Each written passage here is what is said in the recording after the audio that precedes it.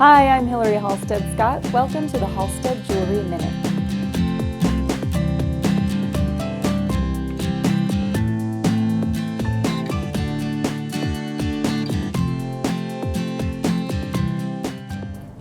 Hi, today we're in the Halstead Jewelry Studio where we'll be giving you 5 tips to set up your jewelry workbench at home or in your office.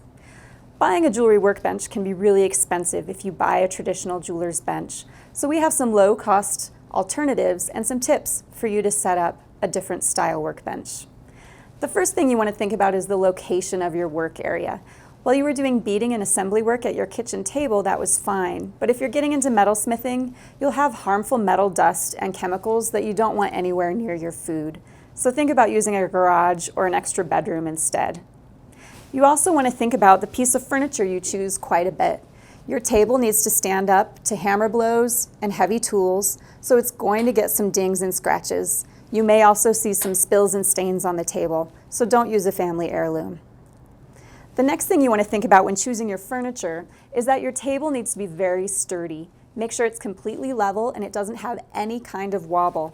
If you're going to be using metalsmithing tools and hammers, you want to make sure the table isn't going to bounce around when you strike your bench block with your hammer. The third thing you want to think about is the height of your workstation. Most tables and desks are about 30 inches tall. Ideally, you want a jewelry workbench to be closer to 40 inches tall, so that when you're sitting down to file or saw at your bench pin, your bench is at about chest height. You can do that in several ways, and we'll talk about some options at the end here. The fourth thing you want to think about with your piece of furniture is the edge of the table. You'll be attaching vices like this bench pin, so you need a square, blunt edge that doesn't have any carving or embellishment. And you also want to make sure you don't have a lip or an overhang underneath the table that would interfere with this vice attachment.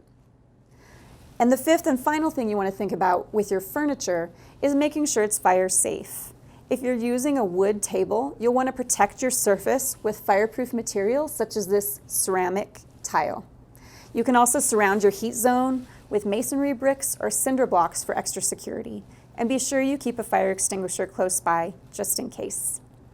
Now, like we mentioned earlier, a jewelry bench is very expensive, but there are some other solutions from the hardware store.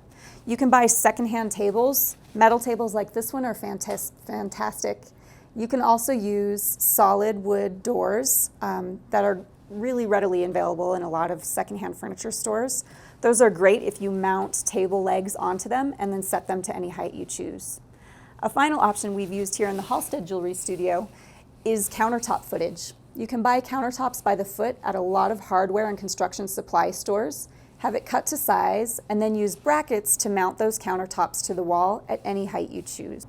Whatever option you choose, enjoy your new workspace, and be sure to visit us at halsteadbead.com for all your tools and supplies.